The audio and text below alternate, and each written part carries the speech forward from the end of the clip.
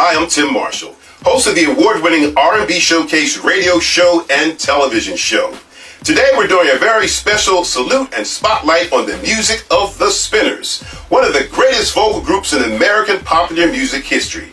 Our special guest is John Edwards, the legendary recording artist whose voice is on the classic recordings Working My Way Back to You, Funny How Time Slips Away, and Cupid, I Loved You for a Long Time. It's my honor to bring to you our special guest, Mr. John Edwards of the Spinners. John, hello. I'm doing fine. How are you? Well, it's good to hear from you, man. How are things going for you these days? Well, slow but steady. All right. Now, you were down south now, right? Yeah, right now I'm living in Atlanta, Georgia. All right. How's the weather? Well, for Atlanta, it's, you might say, seasonal. Okay. I'll go with that. It's kind of seasonal here, too, in Philadelphia. But listen. I've been to Philadelphia quite often, and I know the weather up there as well. Well, the last time I saw you, the first time I actually saw you in Philadelphia was at the Academy of Music. I think it was the Academy of Music on a show with the Spinners. And that was back in the 80s, yes. I think I recall that show. Yes, indeed. Yes, indeed. As a matter of fact, it was the one where I think it was you. There were 6 Spinners on the stage. Yourself, Felipe Wynn, and Purvis, and Billy, and Henry. Yeah. That was like a reunion show, wasn't it, with the Spinners? Right, it was. That was my first time seeing you with the group. Well, it was very, very exciting time for me because I had not been with the Spinners at that point for a long length of time, and I was excited to be included with the group when they won that award, and it was a pleasure to work alongside of Felipe Wynn as everyone knows that Felipe suddenly passed a few months after then. Mm-hmm. Yeah, that was a great concert though, to see you guys all together on that show performing together. I mean, it was quite a treat for the fans as well, John. Well, it was a treat for me because number one, it was a joy to be working with a group as well thought of as the Spinners, and to have the opportunity to work alongside of Felipe Wynn and receive the award was like a monumental feather in my cap of success. Well, speaking of that great success, you had a lot of success even before you became the Spinners. You had a whole recording career before you started with the group. Why don't you take us back a little bit, John, and tell us how you got started in music and who inspired you to become a recording artist? Well, first of all, I have to give credit to my mother, bless her. She and I used to sing gospel with the group in St. Louis called the St. John Harmonettes. And from that, I just naturally gravitated to singing pop songs because of my love for not only gospel music, but also I loved Sam Cooke. And at that time, there was no one in my way of thinking who had better vocal capability or better phrasing capability in the business more than Sam Cooke. And I just really, really enjoyed listening at him. And for a while, I started rather intentionally trying to imitate his voice, and I don't know exactly if I was successful at doing so, but a lot of people would come to me and say I had a rather Sam Cooke deliverance in my way of singing. So I guess I was mildly successful in copying him, but I still think he was a person with the greatest singing voice that I had ever heard. And you now possess one of the greatest singing voices I've ever heard, Mr. John Edwards. I got to tell you, you are quite a powerhouse singer, man. Well, thank you. I guess that is because of the fact that at the time I really, really enjoyed getting on stage with the Spinners, and it was always a thing with me. I felt that I could not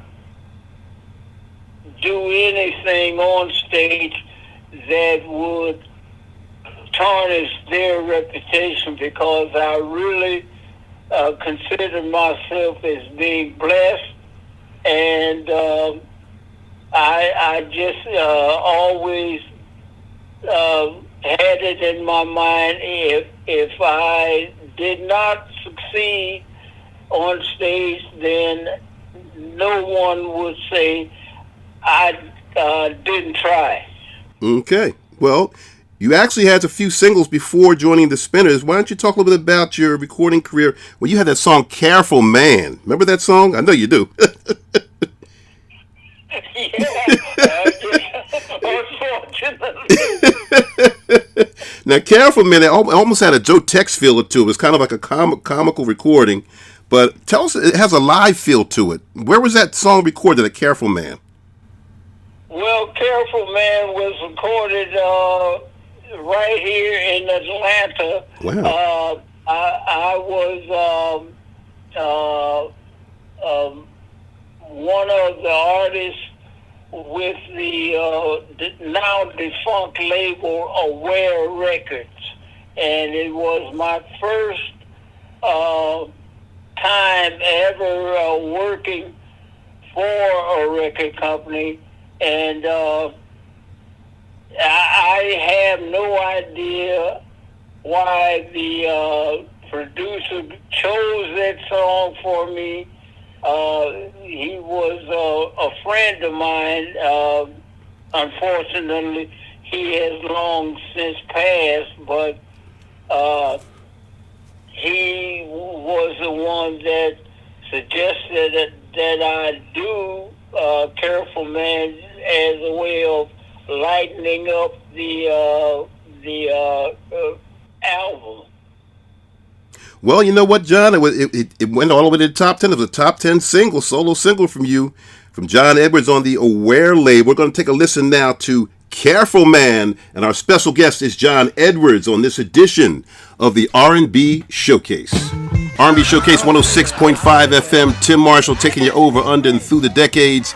Coming at you from the heart and soul of Philadelphia. And that was "Careful Man," a solo track from our very special guest, Mr. John Edwards. And John, I tell you, that was a great recording.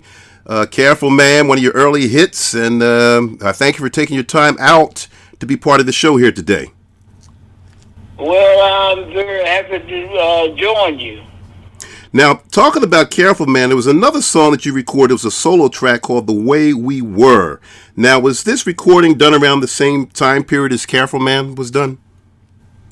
No, Careful Man and The Way We were actually done in two different time periods, and The Way We Were was really, I think, a part of the reason why the Spinners approached me about joining the group, because Billy Henderson, the tenor for the Spinners at the time, he came down to Florida where I was living, and he approached my manager about me sitting in for Felipe Wynn of the Spinners, and from that meeting with my manager, there was a decision with my blessing for me to go with the Spinners for about 6 months, based upon what Billy had revealed. He was interested, first of all, in who in the world would sing a nutty song like that, and he just wanted to meet the guy who recorded the record. And he went back to the rest of the Spinners and told them that I may be available to take Felipe's position. So were you with the group for a part-time basis first, and then you became full-time member? Is that how that worked, John? Right. Well, let's take a listen to the track that helped to get him the gig. John Edwards, our special guest on the R&B Showcase, and his stellar rendition of The Way We Were. Great song, outstanding vocal. Gotta dedicate this to Mr. and Mrs. Edwards, to John and Lori. Of course, John Edwards, our special guest here on the R&B Showcase, The Way We Were. And John, you talked about this song and how shortly after you became a full-time member of the Spinners. Give us a little history. Tell us when that was that you officially became a member of the legendary vocal group. I joined the Spinners in 1977. Do you remember your first show with the Spinners, John? My first show with the Spinners was in Detroit at an outdoor venue called Pine Knob. Okay. And that was my first time being on stage performing with the group.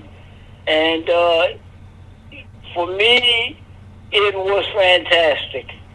Now, talking about the first times, Heaven on Earth So Fine. Now, was that your first recording with the Spinners? I would not say that it was my first recording with the group, but it was the first recording that the record company, Atlantic Records, felt was rather appropriate for my debut, as they called it. Now, do you remember who produced that track, Heaven on Earth So Fine? It still has that Tom Bell feel, but who produced it? Tom Bell. Okay, you did. Okay, I was gonna say it has its sound. It has its stamp on it. You know, it almost has that same sound. Right. Yes. In fact, I think many people thought still Felipe was still there. No, Felipe had left the group at that point, and Tom Bell actually did that recording just to get a feel as to what my capabilities and range might have been, because up until then I knew of Tom Bell, but I had never met him, and it was my pleasure to finally get the chance to meet Tom Bell as a member of the group. So, John, following the Tom Bell years, the Spinners started working with a new production team and a reworking of the Four Seasons classic Working My Way Back to You, led by yourself, Mr. John Edwards. Take us back. The year was 1979. It was a worldwide hit, #1 in the UK, multiple chart success in the US. I mean, it was on the dance singles chart, hot soul single, dope contemporary, Billboard Hot 100. It was a hit all over the place. Take us back. Tell us about that song and that time period for the Spinners of Working My Way Back to You. Well, I had no idea of what was going to happen because at that time we were working with Michael Zager. Okay. And it was the first time that, as far as I know, that the group had ever worked together in the studio.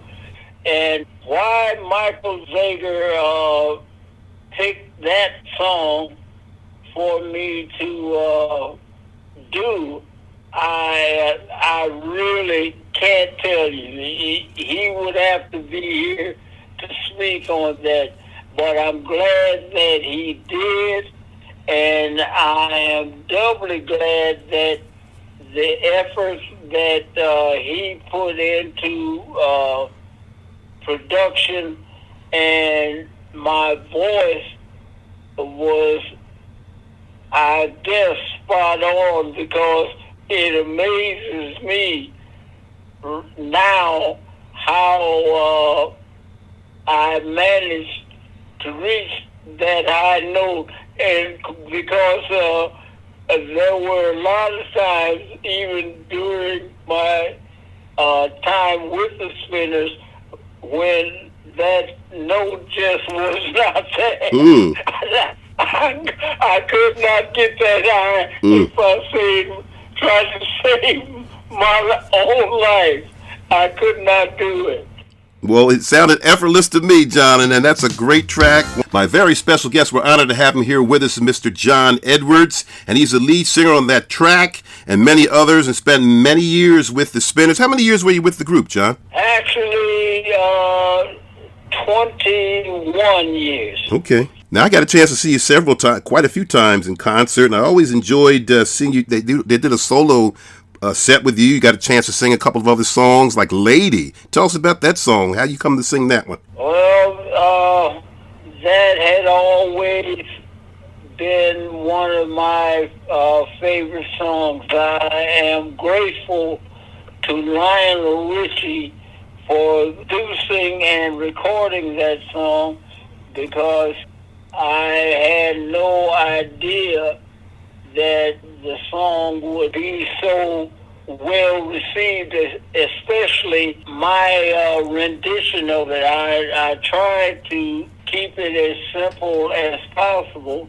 because in my mind there are songs that you can alter for your own particular pleasure, and there are songs that you should just leave naked, like they were originally done. And this song was a song that needed no embellishments and no additions or subtractions, and that, in my way of thinking, makes it the perfect vehicle to present. Well, it was definitely one of the highlights of seeing you guys, the Spinners, in performance and your show. So we're definitely glad that you never got a chance to record the song, though, did you, John? No, because I don't think certain songs or certain projects should not be tampered with. It's best to just leave them like you found them, because that is the way that the song was presented originally, and it was the best way, in my way of thinking, to do the song and just let it be, as the Beatles would say. How about that? Okay.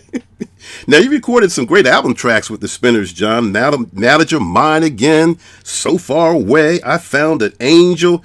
So many great tracks. How do you decide which songs to put on the albums? Well, basically, I leave the song selection up to the producer, and I just go in and do the best that I can and let them decide whether or not the song should be included in the album or not included. How many albums did you record with the Spinners?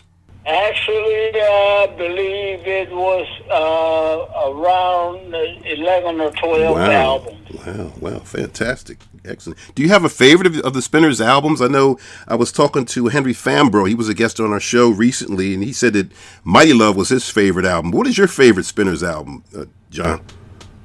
Well, I would say all of them. Okay. Especially the ones that I had part in. Mm-hmm. Okay. Dancing and Loving. Dancing and Loving was probably one of my favorites. I won't say it was absolutely my favorite, but at that time, disco was very, very strong in the music scene, and it was the group's attempt at becoming relative. Well, you certainly were relevant. You had another huge hit with Cupid, I Loved You for a Long Time. Want to tell us about that song, John? Well, like I had mentioned before, I really, really loved Sam Cooke. And Cupid, I guess, was my way of paying homage to Sam. And that was also Michael Zager production, wasn't it? Right, it was. Well, that was a great combination with the Spinners, Michael Zager, and John Edwards doing the lead. So we're going to take a listen to one of the all-time great classics. They still do it today in concert. It's Cupid from the Spinners. For the Spinners on the R&B Showcase, the highest charting version of that Sam Cooke classic. Our special guest is John Edwards, who sang lead on that track. And John, I want to thank you for taking out the time to share so much history on your tenure with the group, the Spinners. Well, I appreciate the invite, and it's a pleasure to be on there with you. And once again, say hello to all of the fans of the Spinners in Philadelphia. Well, John, as a legendary recording artist, are there any current artists that you like or admire that's out there today? No one really has mentioned this guy in any sort of way, but Bruno Mars is my pick. Very talented young man. Yes, indeed. He's definitely talented. No, I mean, the guy has a way of delivering a lyric and a way of performing that reminds me so much of my... I guess it's okay for me to say this. I call him my friend, Mr. James Brown. And I don't think that anyone other than Bruno Mars has the presence on stage and the charisma like James Brown. And I just would really be flabbergasted if I ever got the chance to meet the guy. Well, Bruno Mars in interviews often credits the classic era groups such as the Spinners and James Brown as his inspiration, especially in terms of the showmanship.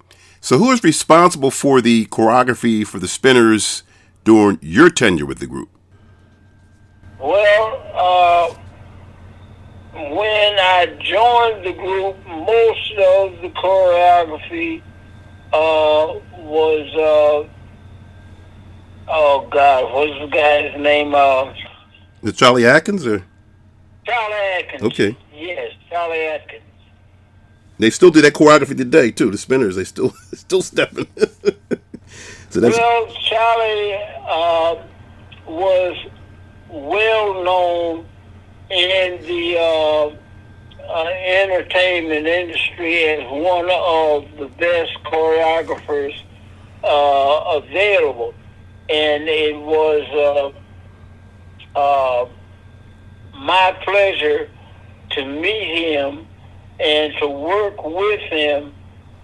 And I don't know if you recall this group, but do you recall the Moon Glows? Oh yes, Harvey Fuqua. Right. Yes. Well, Harvey Fuqua was the Spinners' original manager. Okay. And Harvey Fuqua was responsible for the Spinners getting together with Charlie Atkins, and he was their choreographer for, oh God, just about all of their major hits. Now Harvey Fuqua, he helped you. He did a lot of the harmonies with you guys too, didn't he? Right. Harvey was the creator of what the guys like to call the Spinners sound. Well, I know you with the Spinners, you did a lot of songs like Fascinating Rhythm and a lot of the show tunes, as well as the R&B and the soul and the pop, a wide variety of music. Well, that was the Spinners' hallmark. You could never, and I guess it was, but you could never pigeonhole the Spinners and say they were just good at one thing. Mm-hmm. You always had to be on your toes anytime you, as an act, were going to share the stage with the Spinners, because you never knew what bag the Spinners were going to be coming out of. Was it a very competitive environment when you performed, like when you were on the shows with other acts? Was it competitive? Was it friendly? I mean, what type of vibe was it? I mean, it had to be, because you wanted to have the audience, whether it was a large audience or a small audience, you wanted them to walk away from the auditorium with the Spinners and your performance uppermost in their memory. And you guys did a lot of television also during your era. I mean, I remember watching you guys performing. A lot of times you were doing duets. Then came you with Taylor Dane. We were on Mike Douglas with Anne Murray. Many other shows. Right. I remember those performances and working with some of the female artists. Who were some of your favorite female singers to sing with back then, John? Well, I can't say I had a favorite. I think if I attempted to name a favorite, it would have to be Dionne Warwick. All right. Well, you worked with Dionne Warwick, didn't you, on recording some songs? And then the Spinners did Then Came You, and then you had another song out later on in years called I Don't Need Another Love. What was that like performing and recording that song with Dionne? Dionne is one of the most spectacular people that I have had the pleasure of meeting, whether it was in performance or not. She is a spectacular person and a lovely woman to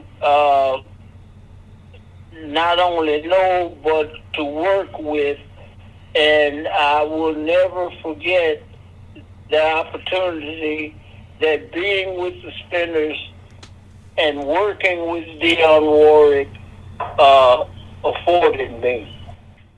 Well, we're going to take a listen to the track right now. This is Dionne Warwick with the Spinners and our special guest John Edwards as I Don't Need Another Love on the R&B Showcase. Tim Marshall on the R&B Showcase, 106.5 FM. A great track from Dionne Warwick with the Spinners, I Don't Need Another Love. And we have the young man as our special guest who's actually singing on the tune with the Spinners and Dionne.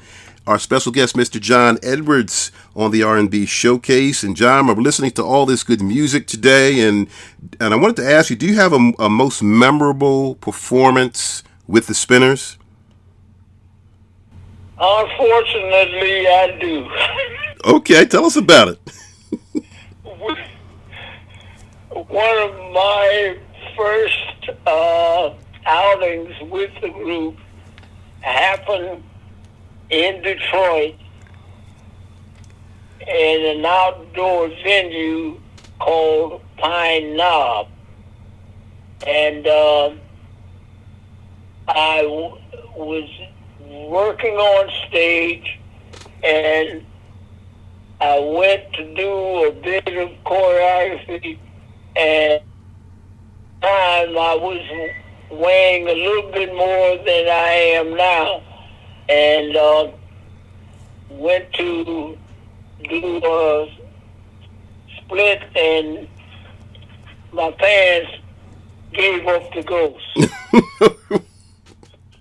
Wow. And we still had 45 minutes to go on stage. And I had to take my jacket and wrap it around my waist. Oh, my goodness. That must have been quite a show, John. Oh, man. Yeah, every time I think of that, it just bowls me over because there was nowhere for me to go. We were in the middle of a song, and I had to stand on stage and just bear with it. Oh, my goodness. That's a great story, man. So that's quite a story, John. I mean, and I know you had a chance in later years to be on the stage with the Spinners. I remember watching you on the Unsung episode.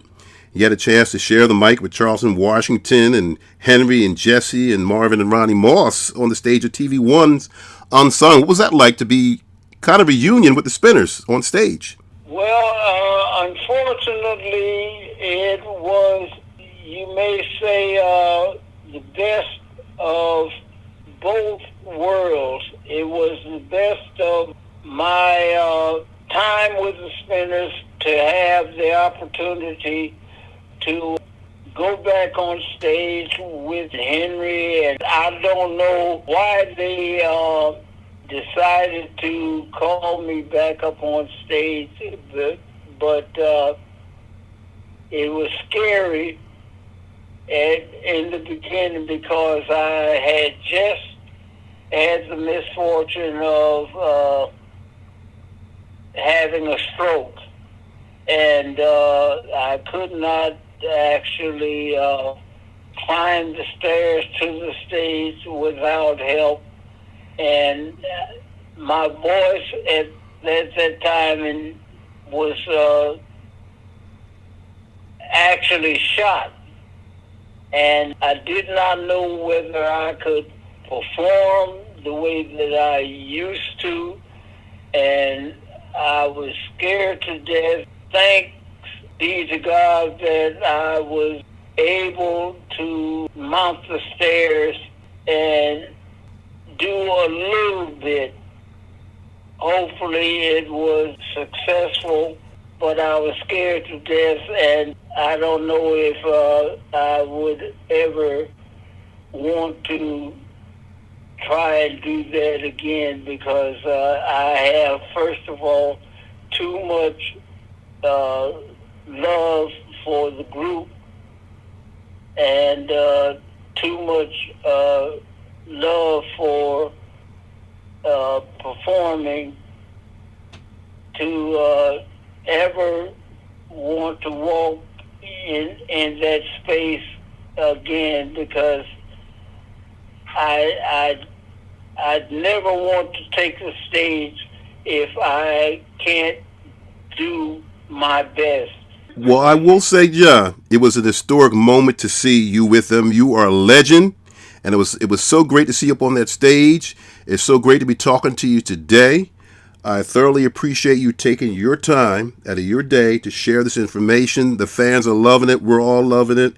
We hear your songs every day on the radio, working my way back to you. Funny How Time Slips Away, Cupid, and so many other great songs. You've left such a great legacy of music to share with the world. And again, John, I want to say that I appreciate you coming on the R&B Showcase radio show here today. Well, thanks again, and God bless you and your listeners. And I hope that we will talk again soon. Absolutely, because it's sure enough funny how time slips away. You have a way with words. And you have a way with music, John Edwards. We thank you for being our special guest here today, and we thank you for tuning in to the R&B Showcase radio show.